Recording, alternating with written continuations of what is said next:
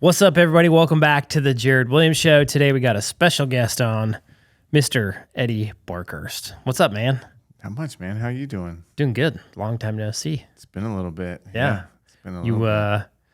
You're down here for the Death Walk, which is happening here not tomorrow, but the next day. Yeah. Which is going to be fun. We're having for the listeners who don't know, 24-hour walk. It's we're going to do this every year, called the Death Walk. We go walk in the woods with other business owners for 24 hours. And it's kind of twofold. It's kind of to teach you how to push past your mental limits, but also walk in 24 hours with 20 to 30 dudes. You're going to get to know those 20 or 30 dudes pretty well. Yeah. Build some cool relationships, I think. I think so. Yeah. It's going to be good. It's going to be tough, but it's going to be good. How have you been training? Not as much as I should have. I had this whole plan of how I was going to train for this, and I started training for it, and then life stuff ended up getting in the way, like important stuff ended up getting in the way, and so then I started.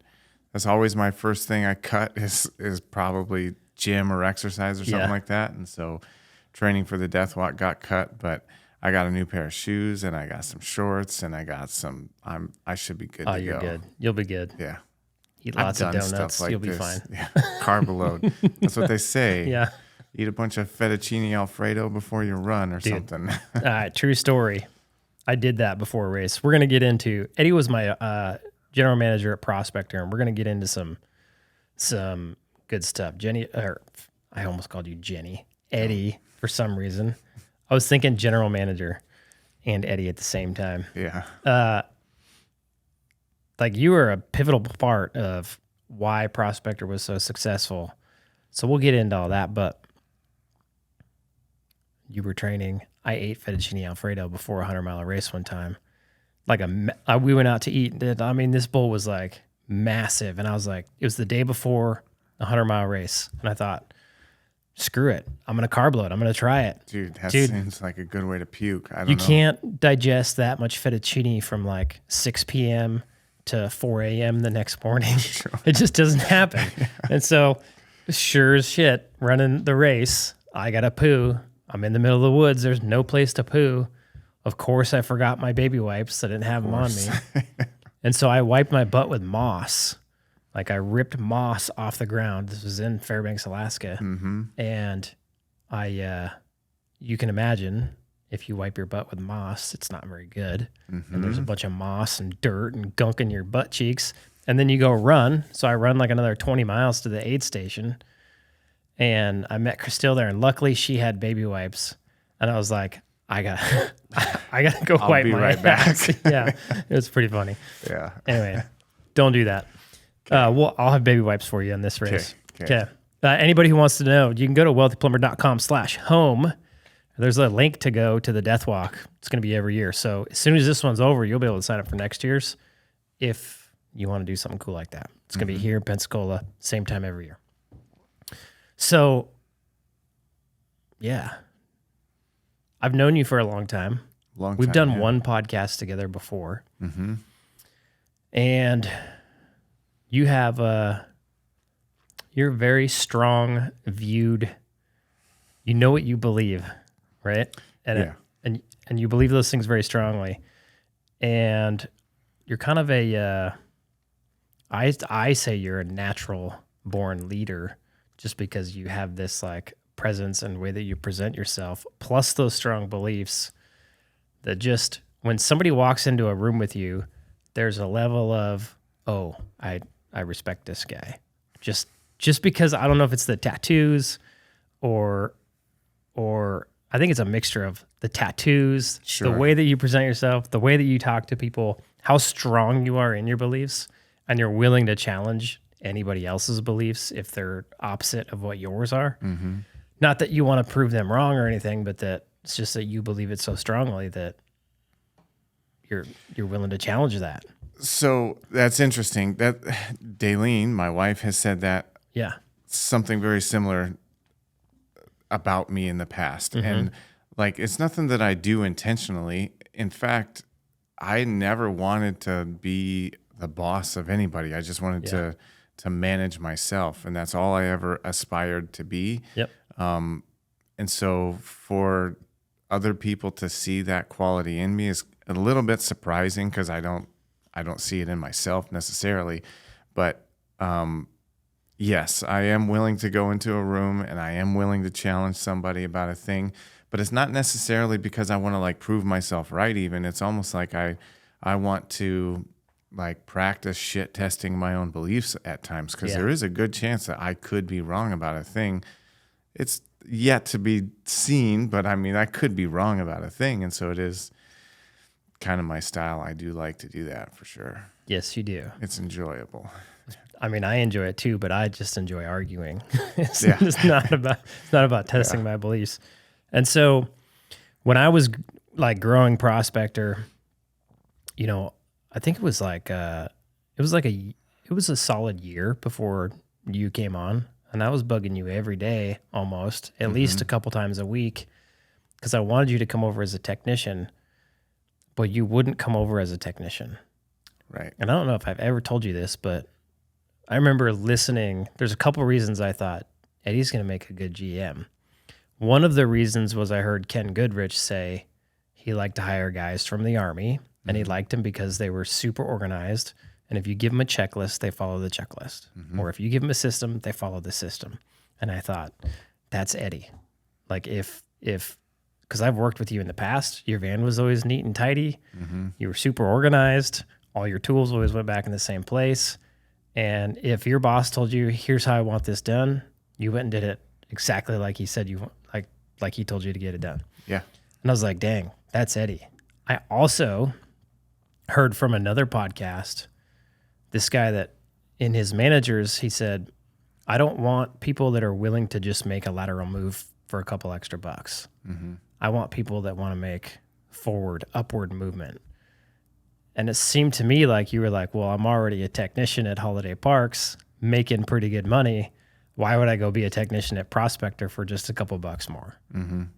How true is that? That was very true. And actually, after we had that conversation, I got off the phone and I'm like, dude, was that a shithead thing to say? Like, that's funny. I kind of felt like a shithead for having that conversation. Unintentionally, like it worked out well. Yeah. I wasn't trying to like leverage more money from you or anything, but it was just like I knew that the pain of making that move wouldn't go away just by a few extra dollars. Yeah. And so the pain to make that move just didn't seem worth it at the time. Yeah. But yeah, I felt like a shithead at that time. I didn't take it that way. Okay. I took it as, well, he wants to move upward, not laterally. And so then I finally got you to come over. I bought a truck that you thought was cool, that you happen to own the same model now. Yeah. And then I took you out to buy guns. You didn't know I was scheming to make you think I was doing good. Nope, I didn't.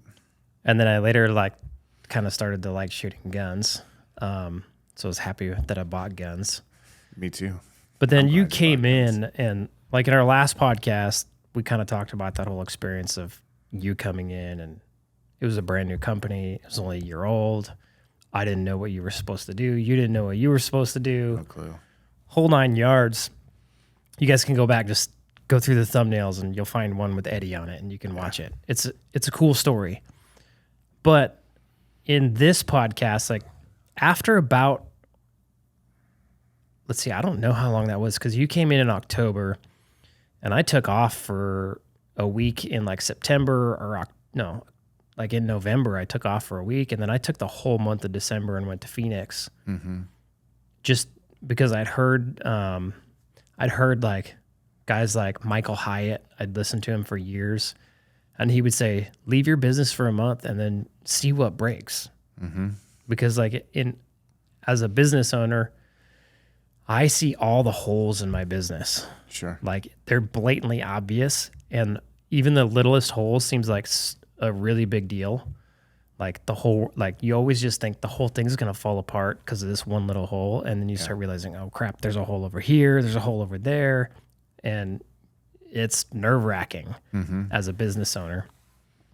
But like nothing was really like broken or breaking or failing. It was succeeding, but it could have been better. Sure. And I perceived those as just like the whole world's going to explode. And I would keep it together for everybody else. But my wife would be like, you're going crazy. And so we left for a month so that we could like see what actually breaks. And that we left for the month of December, or for the majority of the month. We came back for Christmas, I believe. And nothing broke. And I felt like things were on the verge, honestly. did you? When you Well, were gone, you I held was them like, together. I was like, dude, this is gonna be a mess. I hope this stays together. I'm gonna do my best. I owe it to you to keep it together. But I was worried the whole time you were gone. I was like, I'm not trying to be on the phone with you the whole time you were gone either. Like, hey man, this happened. What should I say? What should I do? But I was really hoping I could keep it an acceptable level of together. I don't think you called me once.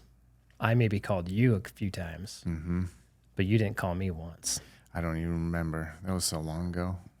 I mean, that's why you were so helpful, is because like I tell everybody this now. I didn't realize it then, but you need employees who you can give them an outcome and then create the steps to make the outcome happen. That's the difference between good and great.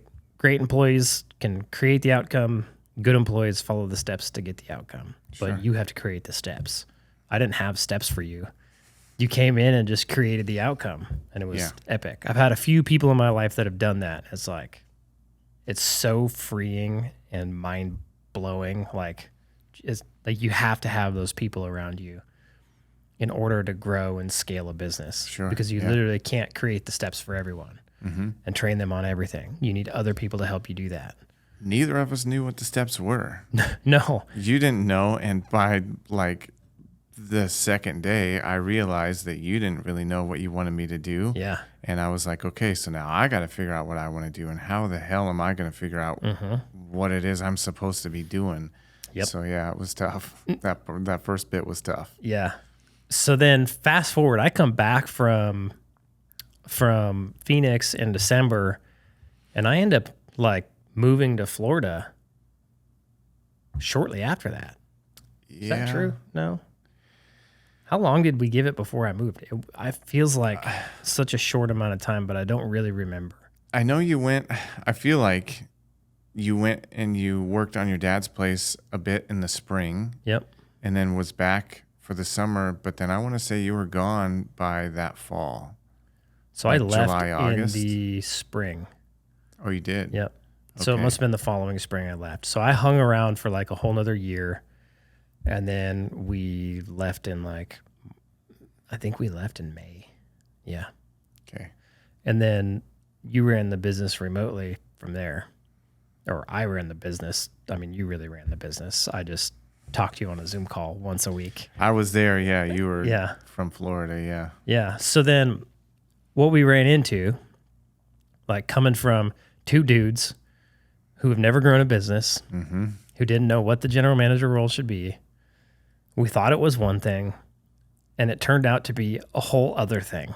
Yeah. Yeah. Like a totally unexpected thing that had to happen. At what point did you start realizing like, oh, this is not a technical support job, or it kind of can be at times, but like it turned into more of just I'm a people manager. Like I just make sure the people are doing the things that the people need to do. At what point did I realize that? Yeah. Jeez, I don't remember exactly what point, but I do know that going into it, I thought that would be like the greatest asset that I had was the fact that I had technical background. In fact, I remember coming to you one day saying, dude, I'm useless here in the office. I would serve you better by going into the field and doing some of this work. And there was reasons that we couldn't, but you said, no, you're not. Stay, you go back to your desk. That's because I'd have to go back to the desk, and I didn't want to do that. So there was a long time where I felt like my greatest skill that I could give to you is my technical ability. Uh-huh. And that's all I wanted to do. But there was a point, and it was probably months in, like we were months and months in, where I was like fighting that urge, because that's what I'd done for 15 years prior, fighting that urge just to be a technician. But there came a point where I realized that I had to, I will give technical advice, but I had to inspire these guys to do and perform the way that we need them to perform, rather than try and be the guy on the end of the wrench all the time. And I would say it was probably 4 or 5 months in before I really understood. And that was just like understanding that I needed to make that shift. I didn't have a full grasp of what that responsibility looked like. I just realized that I needed to make that shift. And then I kind of started down that path. And once I got on that path, I was like, holy shit, there's a lot more to this than I ever thought. And I kind of had to shift my methods and my strategies, because what worked for me, I was finding, was not working for the guys I was talking to. And so I had to find a new way in order to inspire them to do what it is that the business needed them to do. If we're going to grow in the direction that we wanted to grow, then the way that I wanted to talk to the guys wouldn't work. I was seeing that it wasn't working, and so I needed to talk to them in a way that would inspire them to do what the business needed them to do. Yeah. And it just, like, the GM position is more of turned into a leadership role. Yeah. You're leading people to get the end result that we want. In a way that I didn't realize. I thought my leadership would be, this is how you fix an oil-fired burner. This is how you work on an air conditioning condenser. I thought that was what my leadership was going to be, and that on occasion, that's what I did, but that was the smallest part. And so we kind of ran into like a little problem, not even a little problem. It was kind of it was a big problem of where I didn't know how to lead a company, and then I put you in the seat. Neither of us knew that there needed to be a leader. You started developing these leadership skills, and we were running into this problem of, like, I had built the culture of, and you pointed this out to me, that I had built a culture of entitlement at the company, and it wasn't serving us well. Like, we were having guys come in and like complain about the brand of beef sticks we had in the snack thing, or whatever kind of protein bar. Well, I eat this kind of protein bar, and you guys have this kind of protein bar in the snack cabinet, so I'm going to need you to fix that. And just, would you say it, I wasn't necessarily there to witness it to the extent that you did. Did it create bad attitudes? Like, what were the consequences of that? So I know what your intention was with that, is you wanted to create a place where people felt loyal, like that was going to create a level of loyalty that didn't exist elsewhere. Yeah. And I really wanted that to work. I just kind of, I'd never worked in a place like that before. And so I just kind of trusted that that's what it was going to do. And I just started watching. Yeah. And then I started seeing attitudes change, and it went just like you said, can we get this in the snack cupboard? I started having my wife make breakfast, and then they were bitching about the breakfast and they wanted it to be different. And I was like, dude, my wife gets up, she starts this the night before, and then she gets up at 4:30 to make you breakfast, and I bring it in, and you're going to start complaining about it? Yeah. And Jared pays her to do that. Jared and you're getting a free breakfast, a handmade free breakfast. Right. Yeah. That you can't get anywhere else. And your wife has the best breakfast burritos. She really does. Yeah. It's pretty incredible. Yeah. But I was just like, man, why did this guy feel like he's got the ground to say, you owe me something better? What in the hell is going on here? And then I started reading a book called The Road Less Stupid, and that's where he started talking about your intention to build a company with loyalty by providing these things is all well and good, but it always leads to a culture of entitlement. And he kind of went into what culture was, and I was like, holy shit, dude, that's what we did by accident here. I get the idea, but by accident we created a bunch of little fucking brats is what we did. Yeah. Some people appreciated it. Yeah. And they would say regularly that they appreciated it and they knew that we didn't have to give it to them. But too many people were just brats. It's like having kids. Like It your really kids aren't was. necessarily bad people, but if you enable them to be entitled, they're going to be entitled. Absolutely. Like the guys that we had working there aren't bad people. It's just we did a bad job leading them is really what it boiled down to. Yeah. Basically because we didn't know what the hell we were doing. But we figured it out, thankfully. And it took a bit to figure it out. A bit of mistakes. So what was the, like, we ran into this problem and we were getting all these bad attitudes. Was that causing like division? Was it like, what does that fester up in the company? Yeah, it did cause a bunch of division. It was kind of like, I don't know, like they formed their own tribes. Some of the techs were forging a different kind of relationship with the CSRs and a gossipy type of relationship with the CSRs, and gossiping and complaining is terrible for your mindset. Yeah. And then they would have a bad attitude about a certain job that was given to them. Some of the other guys were totally unaffected. Like they were just doing what was asked of them. But then there were a couple other guys that felt like we allowed room to complain in this area, and then they started complaining in other areas, and then all of a sudden they wanted to start adjusting things to go their way, and it was the power dynamic. You could see the power dynamic was shifting in a way that was not good. Yeah. Because then you end up with a bunch of people doing things all differently. Yeah. Yeah. Yep. A bunch of opinions on how it should run based on nothing, no numbers, no metrics, no nothing. And so then they want to make these adjustments thinking that it's going to be helpful, and it probably comes from a good place. But when we look at the numbers of what Service Titan was giving us, this is not helpful. And we can just kind of see that doing it that way goes against this other established policy and procedure. It's not a good idea. We can't do it. Yep. Would we survive? Sure. I'm sure we'd survive doing that, but it would end up limiting the experience that we can deliver to the customer. And so it's just overall not healthy.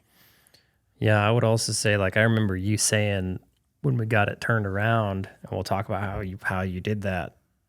I remember you saying, like, I don't feel like I'm even needed here sometimes now. Whereas before, like, were you getting tons of phone calls and questions and pulling guys aside and all that kind of stuff? I was getting phone calls all the time. Yeah. And it was like, some of it was just complaining. Some of it was pushing back, or I want to do it this way, or I don't want this job. There's got to be a better job I can go do. And then, it ended up being a maintenance nightmare for me, just to try and keep the guys on task. Yeah. And then after a while of working to right that ship, it was a fight, and certain things were a fight the whole way.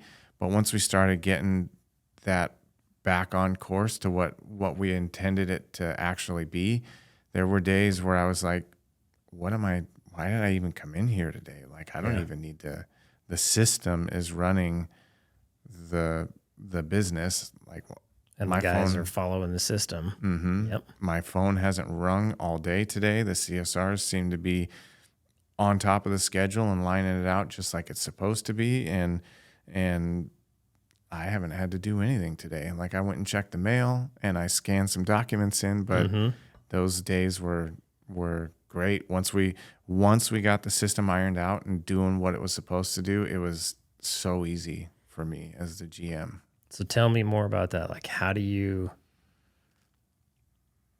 like when you came in, the system was kind of there, and then we had this culture of entitlement. How do you turn this around? This culture of entitlement, what does it turn into? Like, what do you? I don't know what to call it. And then, like, how do you intentionally? Because culture was always like a confusing thing to me. Like, Me too. what the hell is it? Mm-hmm. I don't friggin' know. Mm-hmm. So, like, if you could go into like, what is it? And then how do we actively make it what we want it to be? So that book, The Road Less Stupid, is the only like definition of what culture is. The only way that I've heard it explained or read it explained that made any sense to me. And really, to summarize, it's culture is what you allow. It's how everyone treats each other. It's how you treat me. It's how I treat you. It's how the techs treat the CSRs. It's how the CSRs treat the customers. It's how the customers treat the techs. All of that is how everybody in those relationships treat each other. And if you allow garbage behavior, then you get, that's what you get. And so probably every relationship has a culture of some kind. Your husband-wife relationship and your father-daughter relationship and your friendships relationship have a culture, and in whatever that relationship is, if you step out of line, someone should say something about it. And if you don't say something about it, like siblings, start to treat each other kind of terribly, beat up on each other, whatever. And if that's allowed inside the family, mom or dad allows it, then that's what it's going to evolve into. Yep. And so once I understood that definition, I started kind of sitting back and looking like, what treatment are we allowing here? And we were allowing treatment between the techs that like shouldn't be allowed. In the trades, everybody gives each other shit. Everybody's like, and I don't think you can make that go away. I don't know if you can or even if you should, but everybody gives each other shit in the trades. The electricians are hated on the most on the job site, whatever, but Because they're messy crybabies. messy crybabies, right? And so Sorry, guys. and so then within, like, at the plumbing shop, the plumbers, they want to find their hierarchy too, which I think is totally fine. You should find out what the hierarchy is, but that doesn't mean that you can or should treat the guy next to you like shit in order to sort out your hierarchy. Yeah. And once I started looking, I realized that is kind of what these guys do to sort out the hierarchies. They treat each other like shit. And so we talked about it a bit, and I feel like the best way to sort out the hierarchy will be sorted no matter what. There's no way to prevent that, I don't think. But we can adjust how they sort the hierarchy. You don't have to tear down the guy next to you so that you feel like you stand taller than him. Why don't we just put a dashboard up on the TV here, and we'll let the numbers sort out the hierarchy. Yeah. And so now this guy who thinks he's doing better than this guy is going to talk shit to him in training or at the meetings or whatever, but the dashboard is really showing that you're not performing like you thought you were, and that guy is actually doing better than you, numbers wise. And so we did that. We instead of letting them sort their hierarchy themselves, we put the dashboard up and let it kind of show, and we put it in the break room so everyone could see it. And I updated it regularly so that everyone could see that you're not doing what you thought you were doing. And our break room up there was like our meeting room. So everybody was in there at least every Monday morning. Yeah. Yeah. That's where the snacks were. That's where the tech bathroom was. When the guys come back to the shop to work on the van or stock the van or whatever, they always ended up upstairs. And so that dashboard was right there so you could see. Yep. And then we would edit it to show like whether or not it was meeting the performance that the business needed in order to be healthy. And so if you fell below the line, it was there. Not only you could see it, but then everybody else could see it. We enabled some scorecard and reporting so that the techs could see on their iPad what their scorecard was. We talked over what the metrics were that the technician who works here must hit these metrics, and they can see on their scorecard whether or not they're doing that. I think that is a much better way to sort out the hierarchy, and then it really makes you pause before you decide to start shit talking the guy next to you. Am I actually performing like I think I'm performing? Yeah. And that kind of sorted a lot of it. We brought the CSRs into the office, and I think that was a gigantic help. We're all working more together as a team. I think that was incredibly important.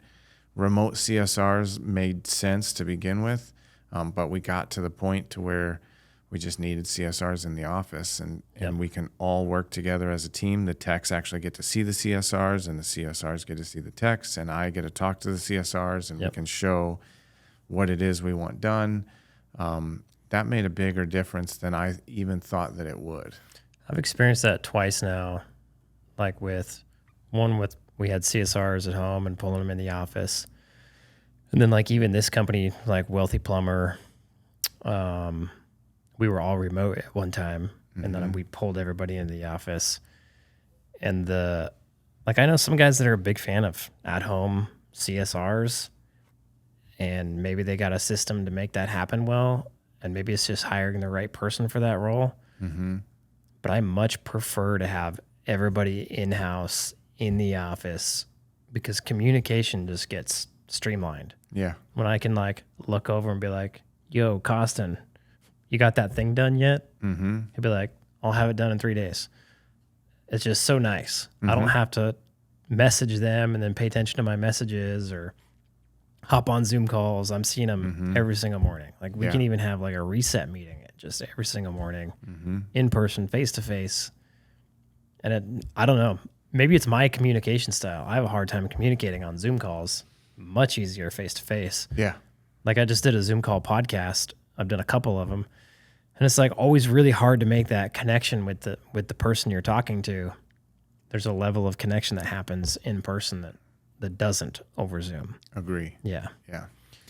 Yeah. It's real easy to in person say, see how this is like this and I want it like this. What do you got to do? Yeah. Rather than trying to say that over the phone or through a Slack message or a text message or something like that. It's tough. A Loom video makes it a little bit easier, but like if you say, come over here, this is doing this and I want it to do this. Let's solve the problem, is so much easier. So much easier. And agreed. And too many, I'm sure everyone's experienced this, too many people get their feelings hurt over text message, right? Like I just quickly send a text that says, I want this to work like this. And someone reads it and they're like, why did he say it like that? What was the tone of that? Yeah. There wasn't tone. It was just like, I didn't have much time to write it. And so don't get your feelings hurt. Even on a Zoom call. Yeah. It's hard to read their body language. Like in person, it's much easier. Dude, communication is a lot more than just the words that get said or typed. Yeah. And like the inflection and eye contact and body language and all of that is part of communication. And you just don't get it remotely. So what are some other things that you found yourself not tolerating? The biggest one, I think, was the technicians' attitudes about what they will or won't do on the job. We had a guy that was who aspired only to be a plumber, but we were a plumbing and heating shop. And I talked to him one day and I said, dude, how in the world are you staying busy year round just doing just plumbing? And he goes, that's all I want to do. I don't want to do this other stuff. And I said, I think it's important. I would like to get you to be able to do this other stuff. Let's sit down one day and figure it out. And he was a mess for the rest of the day and was like protesting everything. He was pushing back against the CSRs. He was pushing back against me. And it was like he wanted to dictate what his day-to-day looked like what jobs he would go to and when he would go there and whether or not he would follow the processes and that type of stuff. And that was just couldn't happen. Like that was a mess.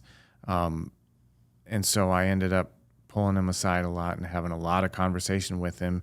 And eventually he saw the value in it and he wanted to learn more, but technicians dictating what it is that they're going to do on the clock is crazy to me, and it just can't happen. Yeah. It's funny how it manifests or how it comes out. Some guys will be more passive aggressive about it. Other people are a lot more overt about it. But it didn't matter which form it took. I knew that it couldn't exist. It can't exist here. Like, I don't care if you act like that. You can act like that, but you're going to do it somewhere else. Yeah. Not here. Yeah. And I made that very clear. I don't care, man. If you like, this is what we do here.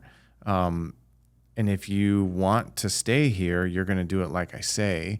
But if you don't, totally fine, man. That's up to you. You can go do whatever you want to do wherever they're going to allow it. But I can tell you this, that there's no other place where you can go and get hired as a technician and then go find the owner and tell the owner that this is what you will or will not do. They'll laugh you back to the hall. Yep. Get the fuck out of my business. You're not doing that here. Yeah. And we're not going to allow it either.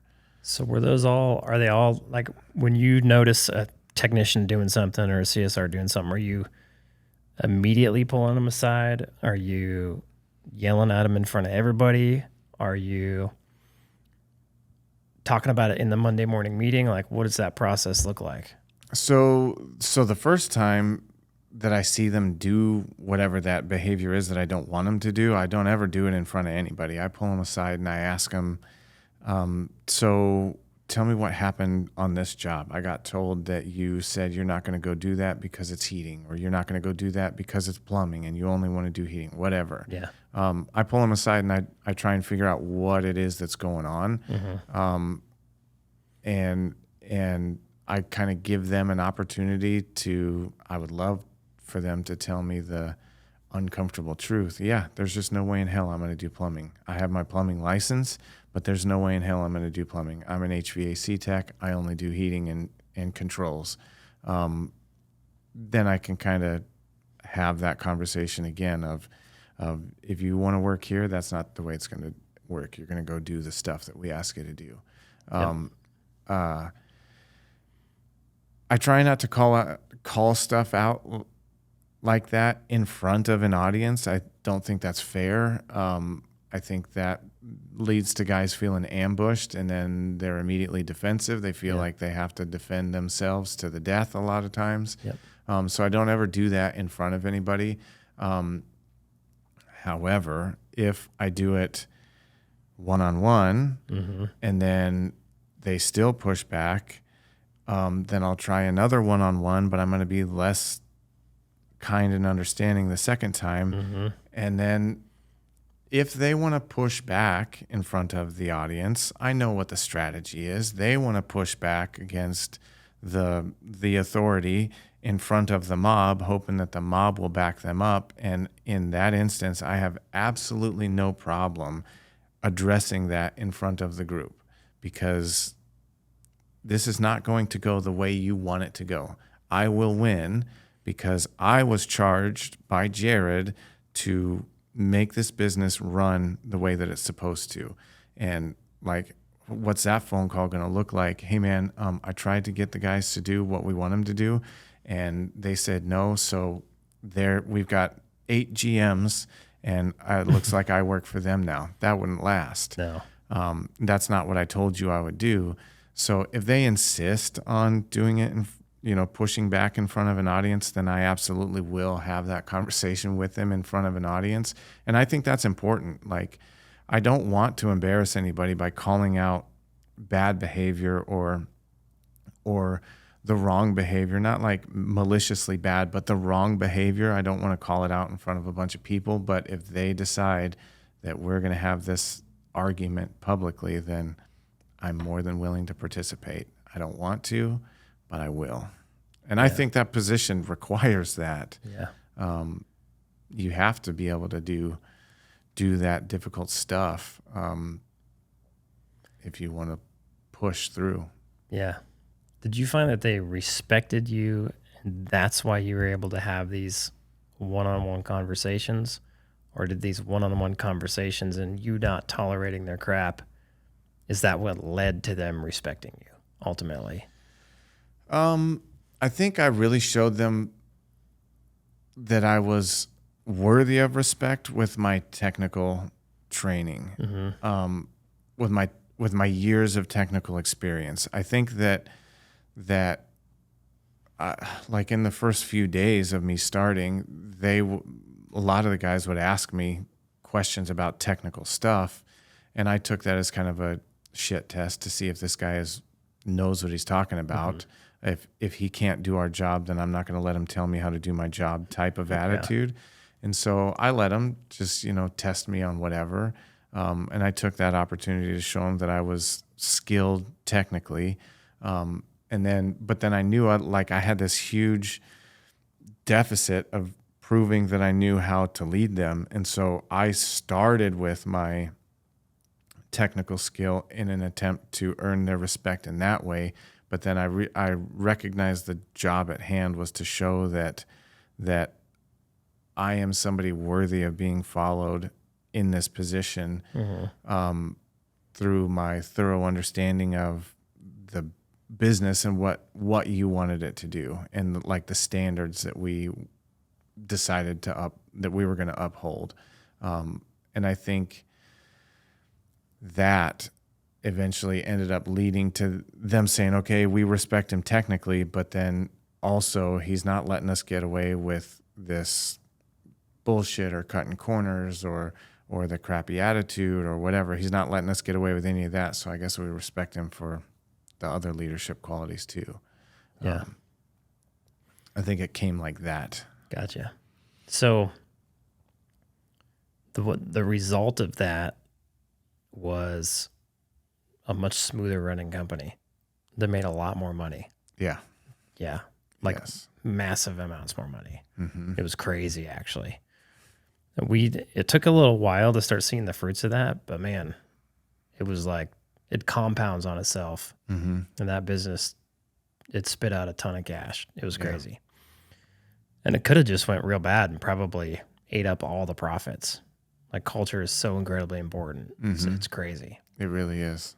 So you're kind of an oddball person in the sense that most people couldn't have gone into that position and recognized that the job is not what they thought it was and that they lacked the skills, and then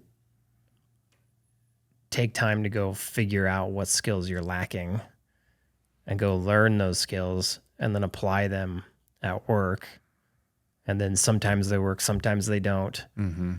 And then reassess and then go do some more research and keep working on it and create an outcome that the owner didn't even really tell you needed to create. Like you came in and you recognized this problem and you said, this is a problem. It needs to be solved. How do we solve it? I'm going to go do some research. You didn't read books at work. I know that. You were probably at home reading books at nighttime on the weekends, probably listening to stuff on your way to work and on your way home and in the gym so that you can be better at work and fulfill your position and further the company. That's abnormal behavior for most human beings. Like those kinds of people are so rare to find. And it's what is it that motivates you in that? Like, why are you that way? So it wouldn't have been long ago that I would tell you that I don't know. But I had some conversation with a guy, and in that conversation, I think I found what it is that really motivates me. And the thing that motivates me the most is the fear of being inadequate, the fear of not having the skill I need when I need it, or the whatever it is that I need when I need it. Fear of embarrassment. Like the last thing I want on a job is to show up and I say, man, I don't know what's going on with this. And the homeowner goes, well, how about we turn it on first? Like, dude, that kind of, as a young tech in the field, that kind of embarrassment motivated me to make sure that I knew what I was doing every time I showed up on the job, because the last thing I want, I'm the professional, I'm supposed to have the answers. And for someone to be able to embarrass me like that, that would destroy me. My main motivation really is to never appear inadequate to whoever I'm talking to about whatever it is. There are tons of things I am inadequate at, but I don't ever want to appear inadequate. And so when I find myself in a situation that I don't know or I'm not comfortable with, then I really just kind of sit back and I observe and I find out where I'm inadequate, and I start to feel the insecurity in that area. And then I go home and I say, okay, I don't understand this. I need to understand it. I need to go home, and I'll pull out my phone. I put in the notes app. Everybody's got a notes app. And I had a note titled Things I Need to Know. And that list was growing by the day of just stuff I need to understand. If I got to call the bookkeeper and I say, something doesn't work, and she goes, okay, what? And I say, I don't know. It just doesn't work. Like, I'm supposed to be in charge of stuff here. I can't have that. And so I need to understand at least some level to begin that conversation. I'm motivated by looking like an idiot. Yeah. I don't want to look like an idiot. And so I got to do what I can to keep from looking like an idiot. Yep. And that gives you the motivation to say, okay, this is what's needed at work. I'm going to go learn how to do this at home. Mm-hmm. And that's really what you need in a manager. You need somebody that can, like anybody in management, they need to be able to identify problems and solve problems without the owner having to hold their hand along the way. I can see an opportunity where if I can solve this problem, this is good for my position here. This establishes me being needed here. And if I'm needed here, then I'm probably going to stay employed here. Yeah. So it probably comes from something like that too, where I need to stay employed. I need to provide for my family. And if I'm walking around inadequate at everything, that's not a good way to have longevity at any place. Yeah. What motivates you to provide for your family? I just want to give my family a better life than what I ever had. I grew up super poor, was on free lunch all the time. I wore dirty clothes a lot. I couldn't participate in many of the extracurricular stuff at school because we just couldn't afford it. And I decided that I was going to give my family better than that. I felt like my family deserved better than all of that. And so it wasn't until my daughter was about to be born that I really understood, dude, I need to get to this. I need to find an opportunity that would allow me to give them a better life than I ever had. And I feel like that's like our responsibility as a man is to be able to give your family, every generation should be better than the last in some way. Yeah. And I felt like that was my responsibility as a man is to give my family more than I ever had. And then it kind of turned into a competition of, okay, that's good. That's better than what I had, but now it can be better than this, I'm sure. So push and just see how much better I can make it. Yeah. We were talking earlier about like manhood's been kind of hijacked, I feel like, in our culture with, you called it the feminine movement. My wife agrees with me as well. She showed me a reel the other day. I was telling you about this earlier, where she's sitting on a lawn or a chair at the beach or something, and her friend is giving her crap, like, you know, you can only do this because your husband works his ass off. And she's like, looks at the other lady and says, yeah, you should probably tell your husband to get to work and do work better. harder. Yeah, absolutely. Yeah. Absolutely. And that's such a flex for a man, in my opinion. I agree. Like your wife has never had to work. Like, you've always provided for your wife. My wife worked as a school teacher. She didn't have to. It was helpful when we were growing Prospector for a couple of years, but even then, she ended up quitting, and she hasn't worked a day since. And there's something in me that motivates me. Like, you were coming to Prospector and there was a problem and you needed to solve it. And so you're going home and you're reading books and researching, and you've got a daughter, you've got a wife, and you chose to say, okay, I'm not going to go, I don't know what you do with little girls, go play dolls with my daughter. Sure. I probably never would do that anyways. But I'm going to forego this time spent with my daughter and my wife so that I can gain a skill set that will make me valuable at work, so that we can make more money and provide for my family more. And I think a lot of people get confused that we need to, like, I don't know, the social media dad is the dad who goes home, gets off work on time, has his priorities straight. He goes and plays ball with the kids in the backyard and does the dishes for his wife and helps out with the laundry and helps cook dinner and stops by and get groceries on his way home and tells his boss, I can't work late tonight. I've got to go tonight, home. I've got a thing. Yep. Yeah. I got to go home and spend time with my family. And if you want me to get better at work, you got to pay me. And, and man, I think we got it totally backwards as a society. I've never done that. No. Ever. Nope.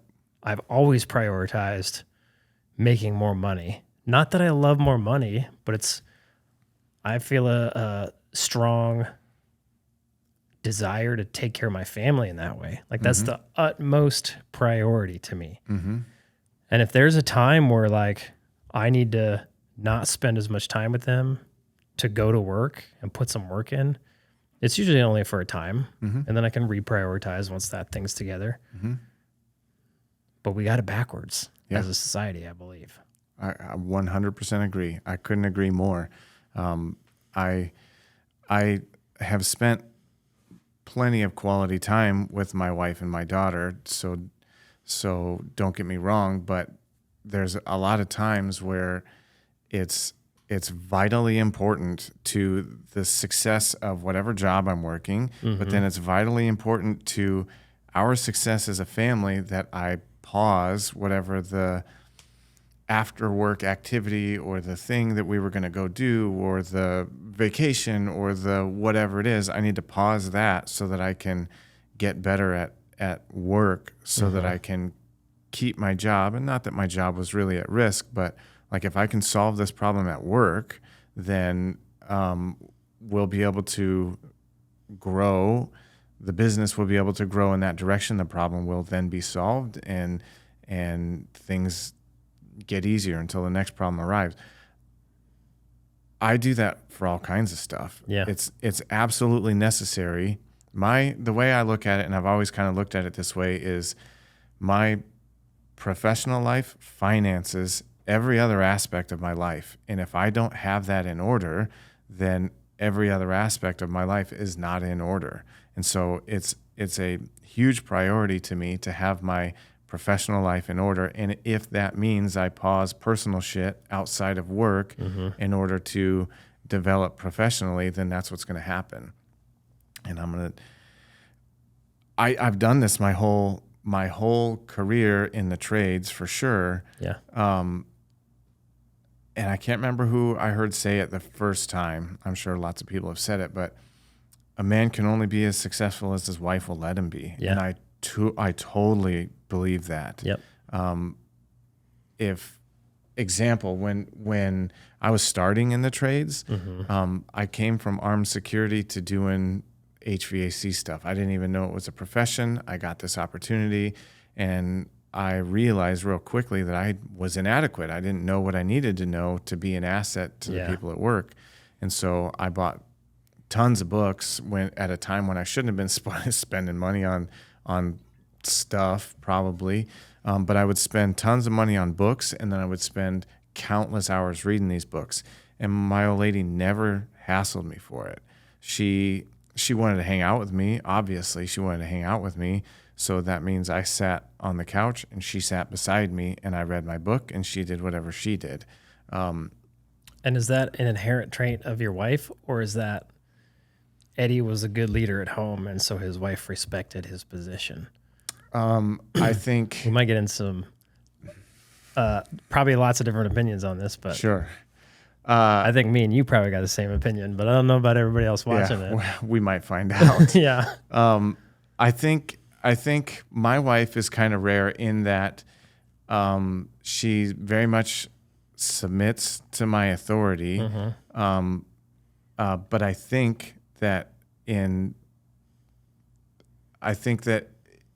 if I were to be lax in my authority, I don't think that she would still just like, well, I'm supposed to submit, so I'm going to submit. If I were lax in my authority, then I think that her idea of submission would quickly just disappear. When you say lax in your authority, what do you mean? So if I decided to come home and I decided to put leadership of the family like at the furthest thing from my mind, and I say we're just gonna chill for. I've been working hard, and we're just going to chill for the next 6 months and just do what feels good. And we spend money on bullshit, and we are irresponsible with our diet or with our exercise, or I don't get up at my normal time, and I don't have any kind of like rigidity or to my schedule. I think that would be laxing in my authority or my leadership. And I think that would just like the respect, and the respect is probably what would start to decay first. Right. And so then once the respect, my wife's respect for me is gone, I think the submission is gone too. Yeah. And so if I were to take that approach and I didn't have any kind of rigidity to the schedule, or this is what we are going to do, or I know you guys don't want to do this, but this is the plan for the family, I think that she would lose all kinds of respect, and then she wouldn't be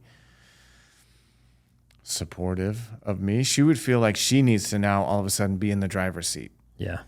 I quit leading the family. Someone needs to lead the family. You become passive. Yep. And so then she would have to move to the driver's seat. Yep. Would she be? My wife is different. I don't think she'd be willing to do that. She doesn't even like to literally drive with me in the passenger seat. I don't like it either, but that's beta male move. It is. Yeah. I completely agree. But she would do it because she doesn't want the family to go down. She wouldn't. I think one would do it. A female would do it because she doesn't want the family to like sink, right? Yep. But I don't think that she would appreciate it, and I think that resentment would grow in the relationship because she has to do it. Like, this is your job. This is what you're supposed to be doing, and now I have to do it. Plus all the other responsibilities I have. I think the resentment would grow, and the relationship would suffer, and it would meet an end. It would make it much harder for you to do what you needed to do to be able to be successful at work as well. Absolutely. Yeah. And like I said to you earlier, the saying, behind every great man is a great woman. Mm-hmm. But I also think behind every great woman is a great leader, a man in the family to lead them. Mm-hmm. And like you said, if the man isn't doing the leading, the woman has to step up and lead the family. Mm-hmm. And it's a strange thing. That's what I think happens to a lot of relationships. Like a lot of the people that I know, that's how their relationship is. Mm-hmm. And I always find it so strange because to me, the man moves into this passive role. And if you can't maintain that leadership role at home, there ain't no way in hell you're going to maintain it in your business Mm-hmm. or at work. Yeah. And if you take that same approach in your business or at work, it ain't going to work. Mm-hmm. I'm going to argue it doesn't work very well in marriage either, because the people I know that their marriage is like that, yeah, they're still married. They're miserable. I don't know that they're miserable, but man, I know some people who are married and miserable. sure, I know a lot of people who are married and miserable, but I also know people who are married and have this dynamic, and they're not necessarily miserable, but they could be a lot happier. Yeah. Like, I think that the man in that relationship and the woman in that relationship, they're in the wrong roles, Mm-hmm. and they are missing out on a fulfillment that they'll never get to experience until they flip that back. I 100% agree. And then when they take that and they apply it to their work, for the man especially, so his woman can stay home Mm-hmm. and flex on all her friends or whatever she wants to do. But for a man to take that position and then go into work and be a strong leader at work and then be successful at work, dude, to me that's like, it's so fulfilling. Mm-hmm. It's definitely missing in America. Yeah. I Yeah. completely agree. I don't know too many other people that live that way. I don't either. I really don't. It's a huge flex for a man to be able to do that. Mm-hmm. I married my wife. She was 18. She retired at 18. She's had a job in the time that we've been married, but it's because she was bored at home. Our Yeah. daughter went to school and she was bored at home. She was out of stuff to do, right? Yeah. And so she went and got a job. But there's no world that exists where a woman serving her boss is more fulfilling than a woman serving her family. And for her to bend over backwards and serve her boss and sacrifice serving her family to make sure her boss's needs are met, like there's no way that that's more fulfilling than serving your family. There's no way. I agree. And so, yes, my wife has had a job and she enjoyed the people that she worked with. But then once her boss was trying to push her to do more, take on more responsibility, work longer hours, and it wasn't necessary. Like, Yeah. we didn't need the money. We certainly didn't need it to survive. Of course, I'll take more money, but I don't want to sacrifice my wife's time and effort for a few more dollars. I feel like I should, if I need more money, then I should go out and get it. We don't bring dead animals back to the cave to show our old ladies anymore. The modern day equivalent of that is bringing our paycheck back, and the bigger the paycheck we bring back to our old lady, the more proud of us that she is, and that is the modern day equivalent in my mind. What's weird is how many people's mindsets get just screwed up about that. They're like, okay, to increase my income, I'm going to put my wife to work, which isn't necessarily wrong. Sure. But at the same time, like, they neglect the idea of like, I'm going to just go increase my income. Mm-hmm. It's not even a belief that they could get to in their head. It's a strange thing. It really is. Yeah. Outsource the care of your kid to a stranger so that you can put your old lady to work so that your Yeah. household makes more money, but you have to pay I would only do for that outsourcing all of this stuff. if I absolutely had to, and I would do it for as short a period of time as humanly possible. Mm-hmm. I'd be doing everything I could so that I could increase my income so that that doesn't have to happen. Absolutely. And I believe that's what a man should do. Mm-hmm. How do you feel about, we're going to get a little bit into family dynamic, because I think it plays into work, like business ownership, so much. Like, me personally, and I know you are too, I'm free to come to work as much as I see fit with very little complaint from my wife Mm-hmm. or my kids. And my dad was here like a year ago, and we were sitting at dinner, and he said, the only regret I have is that I worked so much when you guys were little. And I said, well, why do you regret that? Mm-hmm. He's like, well, I didn't get to spend time with you. And I was like, I didn't care. Like I could have cared less. If anything, it was better for me to see that you went out there and worked all these extra hours and put in all this extra effort. And my dad traveled a ton for his job. And I got to see that as a kid, my dad being willing to do things that he didn't necessarily like to do. And he wasn't around, but I was able to go to a good school, and my mom was able to drive a good car, and we were able to put food on the table, and we lived in a halfway decent house, and we weren't rich by any means, but my dad worked his ass off to provide for his family. And I respected that much more than I would have if he stayed home and played baseball with me. Agree. As a kid, maybe I wished he was there playing baseball. But now as an adult, I'm like, that was way cooler. That was a much better example for me than him coming home, not making enough money, not being able to afford things, but still playing baseball. The other life would be pretty hard too. Yeah, both have their hard. Choose your hard, whatever you want. And I think a lot of business owners get confused in that, like when you start a business, it's a lot of freaking work. Like I just started Dude Wash Up, and it's been like, we're going on like 8 months of actual work, 6 months since we launched, 6.5. And I've just been working on it. It's been work. Even like this podcast, Wealthy Plumber, like that has been work. There's been a lot of work, but it's starting to pay off. We're starting to see the fruits of it. And what ends up happening is you put in all this work.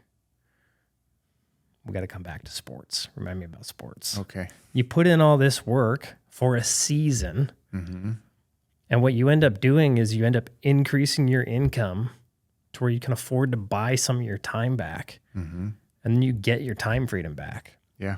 And now you have money and time. And now you can go do whatever the hell you want with your kids. And you got the money to do it, and you got the time to do it. And they got a good example from their dad of somebody who made a sacrifice, put the work in, made some crap happen, and bettered his situation. Which I think any dad, if you were to say, wouldn't you like it if your kid would go work really hard at something and make a ton of sacrifice to make something happen that put them in a much better spot financially? Yeah. You'd be so proud of your kids. Absolutely. Why wouldn't we do that for our kids? Why wouldn't we put that example in place for them to follow? It doesn't make any sense. It makes no sense. I need my kid to see that. I think, again, a man can only be as successful as his wife will let him. His wife or his girlfriend or his family or whoever will let him. If your old lady got in the way and said, no, you get 40 hours at work plus your drive time, and then the rest of your week is spent focused on me and the kids, like how long would it take for you to grow Dude Wash into something? Forever. Yeah. It would take another year Yeah. to get where I'm at right now. Yeah. And so, I mean, if she or anyone stands in the way of that, like, geez, you can see how that would put a limit on how successful you can be. That if my wife did that, I would have two options. I would either be resentful, or I would get passive. I would have to like kind of shut down my dreams and just be passive about it.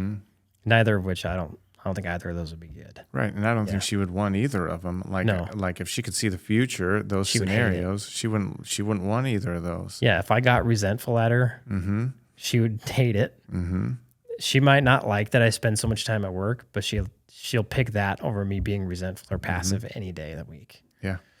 And what my wife has come to realize is that my fulfillment comes from coming to work and doing a good job and building stuff and providing opportunity for my family and other families and other people. That's what makes me feel fulfilled and happy. And when I'm free to do that, however I see fit, when I come home, even if I'm at work for maybe a little longer than most people, when I come home, I'm incredibly happy compared to when I worked for other people or when I wasn't doing the thing that made me feel fulfilled. I was miserable. Dude. Yeah. I was a miserable piece of crap. It was terrible. Yep. Yeah. Looking for any excuse to complain about a thing and and why is this happening to me? Attitude can creep in, and Yep. it's terrible. Yep. And then, that family dynamic of the wife and the husband and the relationship between the husband and the kids, and the husband goes and creates a business. There's a financial aspect to that as well. So like me growing my business, we had to forego quite a few things financially as a family in order to, like, we've always, up until probably lately, we have lived very minimally, as humanly possible, so that we could dump all of our finances back into the business, or we could live off very little because the business was making very little at the time. And I see people, they go to start a business and they still have their $800,000 house that they're paying $3K a month for, or $4K a month for. Their kids are still going to sports 3 times a week that's costing them $2,000 a month, like hockey, gymnastics, those kinds of things. And they're unwilling to like forego those things because those are for the family to be able to make the business work. How do you feel about that? So I want everything all the time as well. Yeah. I don't want, I get the feeling, I get wanting all of that. But I've never had that luxury. And so the reality of my situation is, whether I like it or not, my wallet makes more of the decisions than my will does. Like I want a big ass house. I don't want any fancy cars, but I want the nicest truck, and I want to go do all the things that I want to go do as well. But I can't do that right now. The reality is I can't do that right now. So I have to do it. I have to make sacrifices today in order for me to maybe one day achieve the thing that I want to achieve. And I think a lot of people aren't willing to do that. Like instant gratification is the thing. Everyone's all about instant gratification. I want the thing and I want it right now. And it doesn't seem like it should be a skill to have, but the ability to put off that gratification for a time, people are so impulsive anyway. Like if you put it off for a time, you might not even want the thing after a while. Yeah. So I did that with a boat. Yeah. Yeah. Yeah. So put off the gratification for a bit, and then like take some time to see if the future that you're impulsively planning is achievable. And if it is, what do you got to do to achieve it? Like reverse engineer from the day that I have the thing, work backwards to today and see what you have to be doing today in order to achieve the thing. You might be able to have it all, just like you're desperately trying to do right now. But in order to actually get the dream outcome that you want, you need to do a bit of planning and sacrificing today so that you can achieve whatever it is that you're looking for in the future. I think it's crazy. I think it's insane to spend today as if you were that kind of guy that made that kind of money. And maybe one can afford all that stuff right now with the income that you're at, but nothing better go wrong. Nothing can go wrong, or otherwise your whole life is now upside down, and the money that you spent on this, you wish you would have had so you can take care of whatever the emergency is. Or I think that's backwards thinking. Like I get it. I want to have everything too, but you can probably have it. You just gotta wait a little bit. Yeah. Put a little bit of work in. Da Vinci said, the Lord will give you anything that you want at the price of labor. You can have anything. You just got to put in the labor for it. Yep. And if you are willing to put in the labor or the effort to acquire the thing, it's inevitable you will get it. But people want all of it right now, and they're unwilling to. It's like they promote themselves in their head to the CEO of my business and I make huge amounts of money, they promote themselves in their head, and then they live like that today when they're not actually at that level. It's odd. It's weird. Agreed. 100%. Well, cool, man. Thanks for coming on. Yeah, man. Thanks for Appreciate it. having me. It's good. Excited to do the death walk. Yeah. It's in a couple of days. Again, if you guys want to sign up, this is coming out. This will come out tomorrow. So when you're seeing this is going to, if it's the day we release it, you could technically still go sign up. Go to wealthyplumber.com/deathwalk. Dude, do it. Fly here and come walk for 24 hours with us. It's going to be. If anybody does that after listening to this podcast, signs up, comes here, find me at the death walk. I'll be there walking. Let me know, because we'll do something special for you. Yeah, find me. I'll be suffering. I'm going to be coating myself. Dude, I'm going to be suffering. In sunscreen and wiping sweat. It's going to be epic. Be a mess. Yeah. Right on. All right. See you, man. All right, dude. See ya.